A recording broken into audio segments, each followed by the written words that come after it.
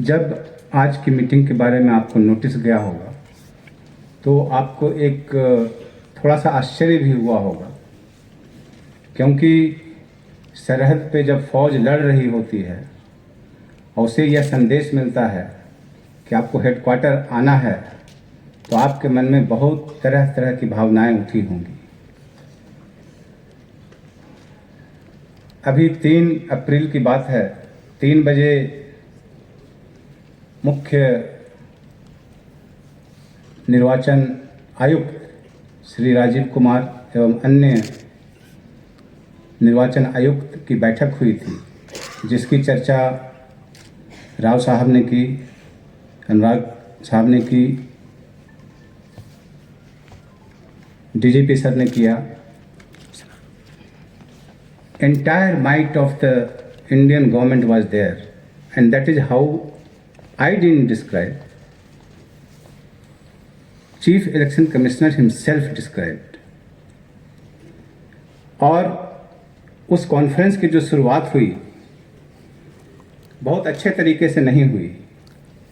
पहला राज्य अरुणाचल प्रदेश का था। वहाँ के माननीय मुख्य सचिव से रिपोर्ट तलब की गई और जो जवाब तलब का लहजा था, जिस डांट फटकार के माहौल में बातचीत शुरू हुई, हम लोग काफ़ी सहम गए थे कि त्रिपुरा आते आते पता नहीं क्या होगा। लेकिन बहुत ही सुखद आश्चर्य की बात हुई कि जिस इंटेंसिटी के साथ डांट फटकार शुरू हुई थी, उसी इंटेंसिटी के साथ हमारी भूरी भूरी प्रशंसा की गई। उसी समय डीजीपी सर, अनुराग साहब, राव साहब थे, हमारे पुनीत अग्रवाल साहब थे। हम लोगों ने यह निर्णय लिया कि इस भूरी भूरी प्रशंसा के जो असली हकदार हैं, दोज हु रियली डिजर्व, उनके साथ हमें ज़रूर शेयर करना चाहिए। यह संदेश पहुंचाना चाहिए कि आप लोगों ने कुछ ऐसा कमाल किया है पिछली बार, जिसकी चर्चा पूरे देश में है, पूरे तंत्र के सामने है। मैं चाहूँगा कि आप अपनी पीठ खुद थपथपाएं तालियों की गड़गड़ाहट के साथ। जैसा कि राव साहब ने भी बोला, अनुराग साहब ने भी बोला, डीजीपी साहब ने भी बोला कि जिस तरह की प्रशंसा हुई उससे हमें खुशी तो अवश्य हुई, लेकिन साथ साथ एक जिम्मेवारी का बोझ ऐसा बढ़ गया है कि हमें समझ में नहीं आता कि आने वाले दिन में क्या होगा। और कभी कभी ऐसा भी लगता है जब इस तरह की प्रशंसा कहीं होती है, तो आप यूँ मानिए कि हम लोग किसी परीक्षा, जो एग्जामिनेशन होता है, उसका रिजल्ट निकला है और जब हम घर जाते हैं और हमारे अभिभावकगण बोलते हैं कि बेटा इस बार तुम पास हो गए, फेल होने से बच गए।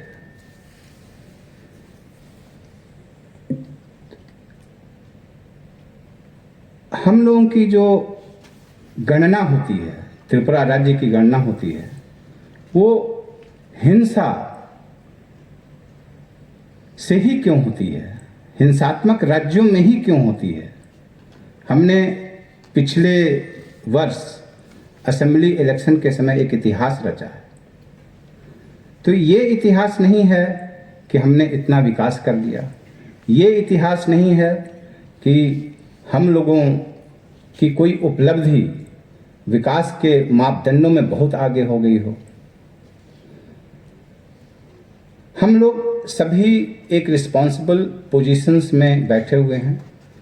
यहाँ हम सभी लोग एक इंटेलेक्चुअल लीडरशिप समाज में रखते हैं, और यदि कहीं भी किसी तरह की गड़बड़ी होती है, किसी तरह की हिंसा होती है, तो यह एक हमारी इंटेलेक्चुअल फेलियर है, हमारी लीडरशिप की फेलियर है, क्योंकि हम समाज को वो रास्ता नहीं दिखा रहे हैं जिससे इस तरह की बात हो, जिससे लोगों के मन में हिंसात्मक भावना आए। ये कितनी बड़ी विडंबना की बात है कि प्रथम फेज में पूरे तमिलनाडु राज्य में 39 लोकसभा सीट है, वहाँ एक फेज में इलेक्शन हो रहा है, 39 लोकसभा सीट, और हम लोगों के पास 2 लोकसभा सीट है और हम लोगों को 2 फेज में इलेक्शन करना पड़ रहा है। ये हम लोगों का दायित्व है कि हम समाज के सभी तत्वों से ऐसा संवाद बनाएं, ऐसा संवाद स्थापित करें कि जो हिंसा रूपी जो तत्व है वो बाहर आए ही नहीं, और ये संभव है। अभी चर्चा चल रही थी कि हमारे पास फोर्स की कमी है।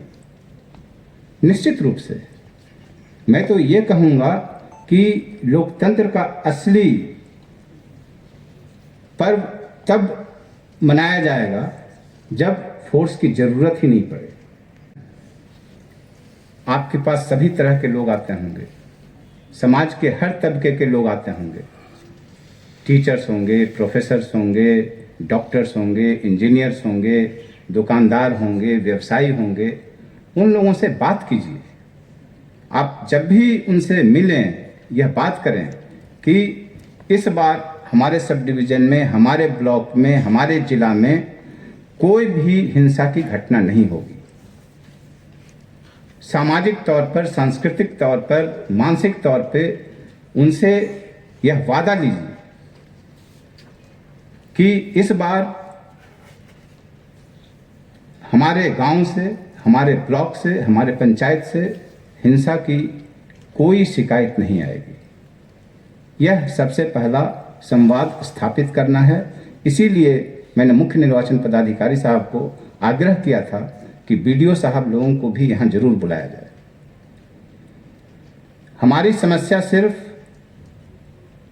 कानूनन तौर पर नहीं है, लॉ एंड ऑर्डर इशूज से संबंधित नहीं है, और यह समाधान उसके माध्यम से भी नहीं निकाला जा सकता है।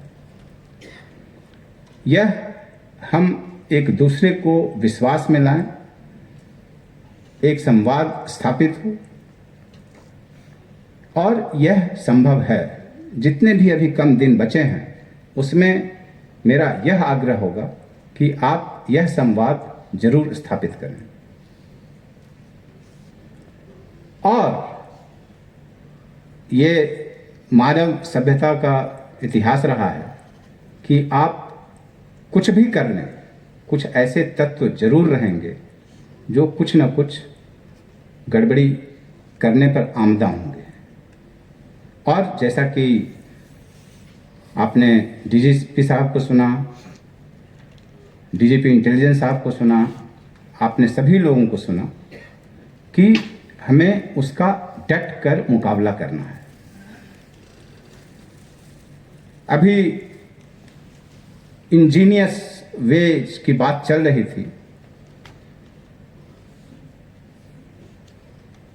डीजीपी इंटेलिजेंस साहब ने बोला, जीएस राव साहब ने बोला कि हम लोग किस तरीके से इनोवेटिव वे में काम कर सकते हैं। मैं आपको एक उदाहरण देना चाहता हूं, और ये सब जो इनोवेटिव जो तरीके हैं, आउट ऑफ बॉक्स, जो डीजीपी साहब ने कहा आउट ऑफ बॉक्स जो थिंकिंग है, वो आप ही लोगों के माध्यम से आता है, फील्ड यूनिट से ही आता है। मुझे याद है कि 2009 लोकसभा इलेक्शन पटना में चल रहा था, और डीजीपी सर जानते होंगे या जो भी पटना को जानते होंगे, वो जानते होंगे कि एक इलाका है दानापुर क्षेत्र में, दानापुर विधानसभा क्षेत्र का आप यदि गूगल में इतिहास करके देखिएगा, चुनावी इतिहास रक्त रंजित इतिहास रहा है, इट हैज ब्लडी हिस्ट्री। और एक वहाँ एक जगह है सगुना मोड़। सगुना मोड़ में कभी ऐसा नहीं हुआ कि 1952 से वहाँ चुनाव हुए हैं और कभी हिंसा नहीं हुई। चुनाव के दिन पूरे बिहार में बम फटता हो या नहीं हो, वहाँ जरूर फटना है। और 2005 का जो चुनावी माहौल था, जिसमें एक राव साहब करके बहुत अच्छे चुनावी पदाधिकारी थे, उन्होंने ये तय किया था कि मैं यहाँ पर सगुना मोड़ पर चुनाव के दिन बम फटने नहीं दूंगा। उस कमिटमेंट को भी उन लोगों ने धराशायी कर दिया। 2005 में भी सगुना मोड़ जो बूथ थे 4, वहाँ बम फटा, वहाँ हिंसा हुआ, चुनाव वहाँ रद्द हुआ। 2009 का चुनाव आया और वहाँ पर एक दानापुर के एक एसडीएम साहब थे और एसडीपीओ साहब थे।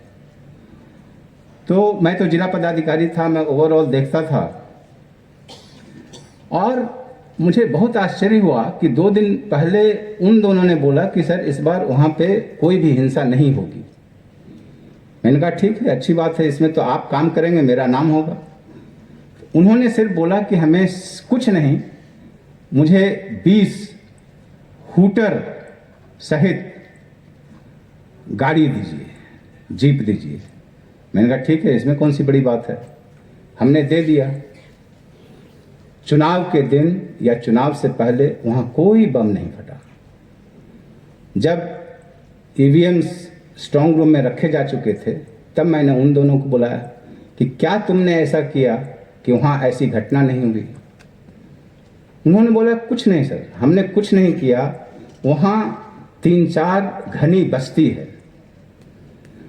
जिस दिन चुनाव होने थे उसके पहले दिन 12 बजे रात से पूरी जो 20 गाड़ियां थी वो दोनों बस्तियों में चक्कर लगाती रही हूं करके, और उसमें एक भी सिपाही, एक भी बीएसएफ का जवान नहीं, एक भी सीआरपीएफ का जवान नहीं। घनी बस्ती के लोगों को ऐसा लगा कि बहुत सारा फोर्स आ गया है और इस बार हमारी खैर नहीं। तो ये होता है इनोवेटिवनेस। उसी तरीके से एक बाईपोल था भोजपुर जिला में, वहाँ भी मैं डीएम था। वहाँ भी एक जगदीशपुर सब डिवीज़न है, वहाँ के एसडीओ साहब आए, तो यही हम लोगों की चर्चा चल रही थी। हम थे, एसपी साहब थे कि फोर्स नहीं आया है, बाईपोल है, हम लोग अपना रोना रो रहे थे। तो मुझे बड़ा आश्चर्य हुआ कि उन्होंने कहा कि सर कोई चिंता की बात नहीं है, हमें फोर्स नहीं चाहिए। हमने कहा ठीक है, आपको नहीं चाहिए, हमको सबसे कम चाहिए। हम लोगों को बहुत खुशी हुई क्योंकि और भी बहुत सारे क्षेत्र थे, बहुत सारे सब डिवीज़न थे जहाँ पे फोर्स चाहिए था। तो कुछ हो गया, शांतिपूर्ण हुआ। सभी जगह कुछ ना कुछ गड़बड़ी हुई क्योंकि भोजपुर जिला भी नक्सल जिला है, वहाँ नहीं हुआ। जगदीशपुर में मैंने उनको बुलाकर पूछा कि ऐसी क्या बात हुई, आपने ऐसा क्या किया कि बिना फोर्स के आपका मतदान शांतिपूर्ण हुआ। वो भी बाईपोल था, लोकसभा का एक सीट था, वहाँ के कैंडिडेट की मृत्यु हो गई थी इसलिए बाईपोल हुआ था।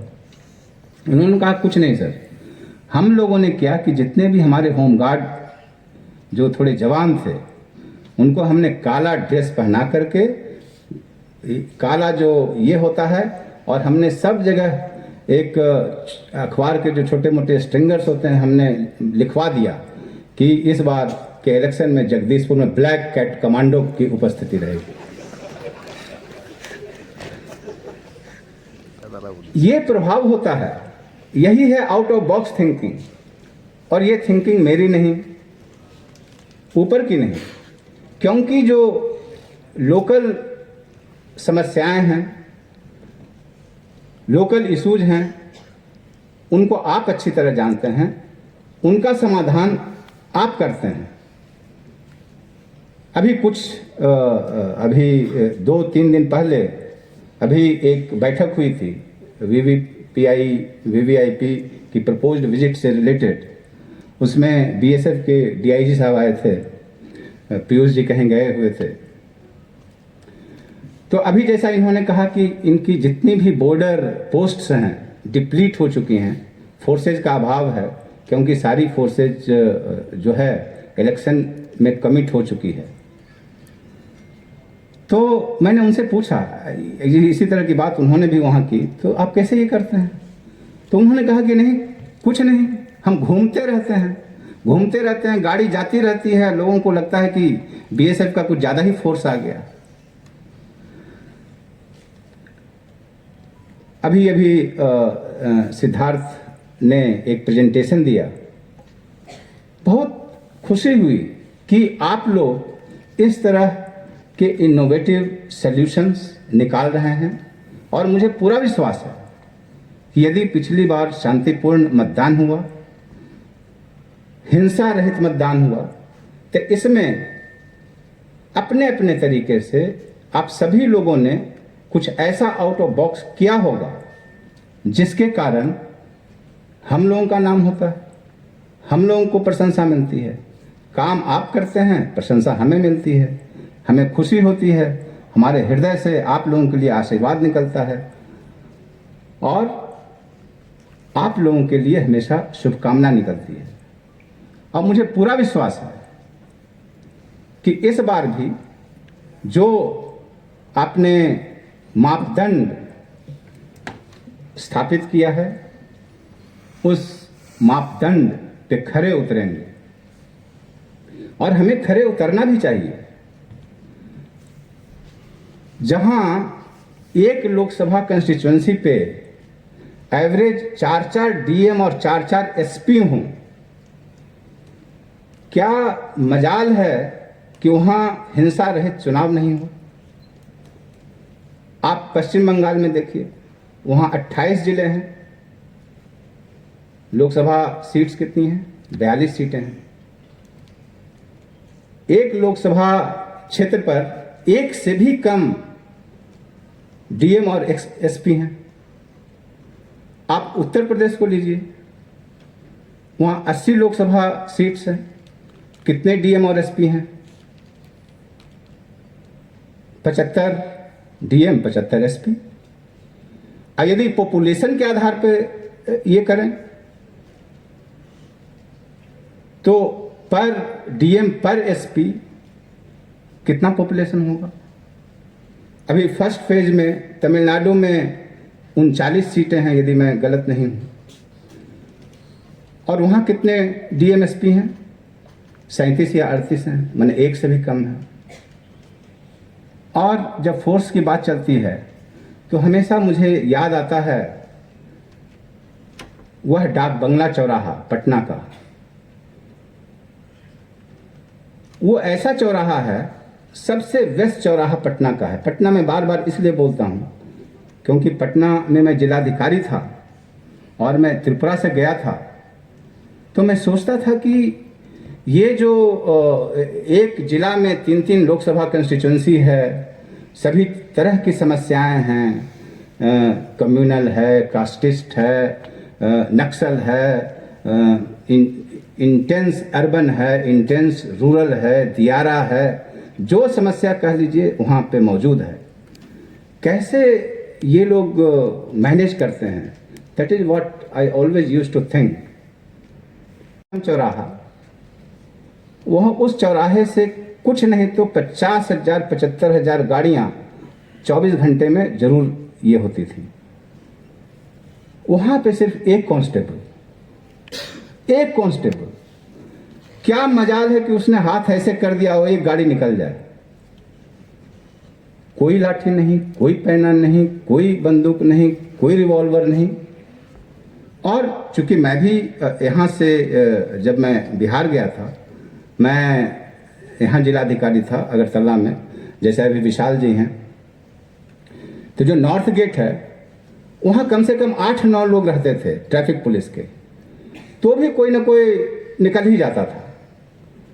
तो मुझे बड़ा ही आश्चर्य होता था। फिर मैंने इस पर अध्ययन शुरू किया और मैंने कहा कि ऐसी क्या बात है।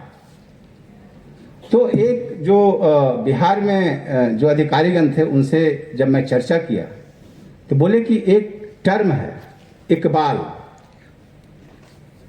यदि आपका इकबाल है तो डंडे से नहीं, गोलियों से नहीं, बारूद से नहीं, वो आपके इकबाल से प्रशासन चलता है। आप जैसा कि अभी जो डीजीपी साहब के आदेश के अनुसार जब भी सीआरपीएफ के लोग चाहे जो भी लोग जाते हैं, राशन भी खरीदने जाते हैं, तो ड्रेस में ही जाने के लिए क्यों बोला गया? इकबाल बोलता है, वर्दी का इकबाल बोलता है। मैं चाहूँगा कि आप जितने भी डीएम्स हैं, एसपीज हैं, एसडीपीओज हैं, थाना प्रभारी हैं, एसडीएम्स हैं, बीडीओज हैं, अपने अपने एरिया में आप नेतृत्व अदा करते हैं, आप नेतृत्व हैं, और इस नेतृत्व का इकबाल लोगों के मानस पटल पर छा जाए और इस इकबाल से ऐसा कुछ हो कि किसी तरह की गड़बड़ी कोई करने की सोचे भी तो वो नहीं करे। और मुझे पूरा विश्वास है कि जैसा पहले हुआ था अभी भी होगा। आपने अभी भी सुना, अनुराग साहब ने बोला कि 2014 में वही राज्य, वही लोग, हो सकता है कुछ अधिकारी बदल गए हों, आज जितनी फोर्स थी उससे करीब आधी फोर्स थी। तो जब हम आधी फोर्स में चुनाव करा सकते थे तो अभी क्यों नहीं करा सकते? जरूर करा सकते हैं। और आप में से बहुत लोगों को याद होगा कि जब 25 जनवरी को मतदाता दिवस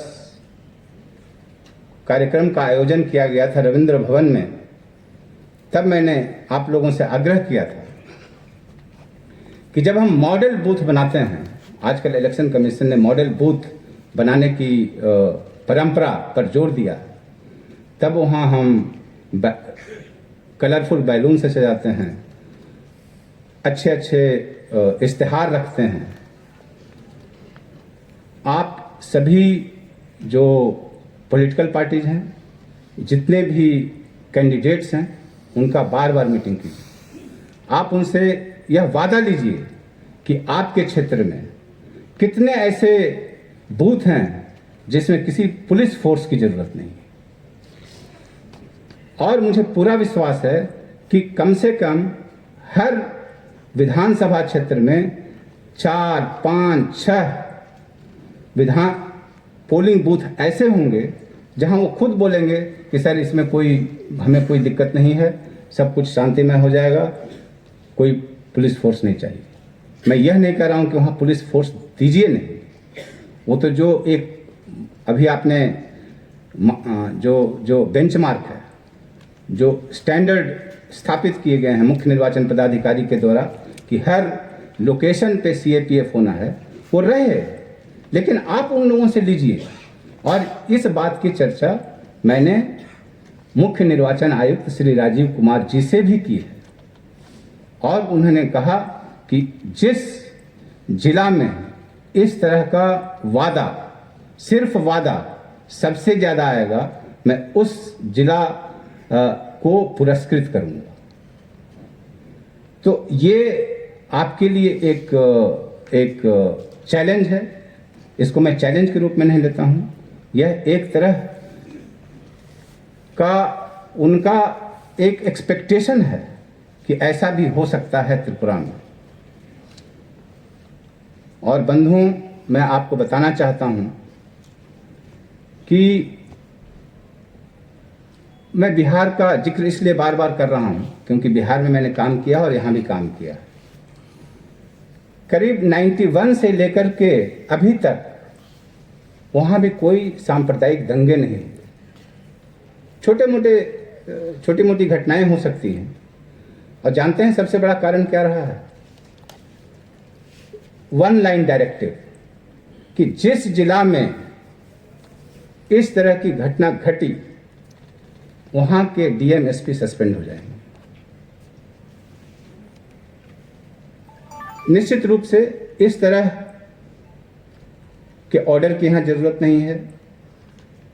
इस तरह के भय के माहौल की जरूरत नहीं है। अपने आप खुद ब खुद स्पॉन्टेनियसली आप लोग इतना अच्छा काम कर रहे हैं कि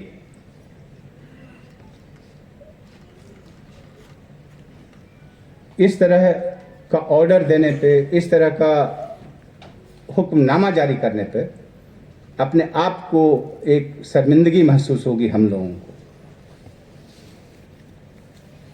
मुझे पूरा विश्वास है कि जिस तरीके से आज जो भी मार्गदर्शन दिया गया है मुख्य निर्वाचन पदाधिकारी साहब के द्वारा, डीजीपी साहब के द्वारा, डीजीपी इंटेलिजेंस के द्वारा, नोडल पुलिस ऑफिसर महोदय के द्वारा, और जो जो बातें बताई गई हैं आईजी बीएसएफ, आईजी सीआरपीएफ के द्वारा, वो निश्चित रूप से आपको सहायक सिद्ध होगी। और किसी भी यह जो बैठक बुलाई गई है उस प्रशंसा को बांटने के लिए और यह मनोबल देने के लिए कि आप जो भी करेंगे हम आपके साथ हैं।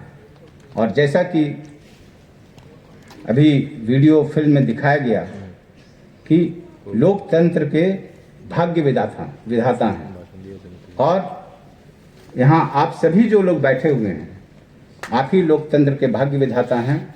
और जैसा कि दर्शन जी ने, गोला साहब ने कहा कि till now we get some other alternative, this is the best form of government. और ये जो लोकतंत्र का पर्व है, खुशी का पर्व हो, लोग इसे खुशी से मनाएं, यही हम लोगों का दायित्व है, एक सामाजिक दायित्व है, एक ऑफिशियल ड्यूटी है। और फुल कमिटमेंट के साथ, फुल सिंसेरिटी के साथ, फुल डिवोशन के साथ हम लोग यह करेंगे और ये मुझे पूरा विश्वास है। बहुत बहुत शुभकामनाएं।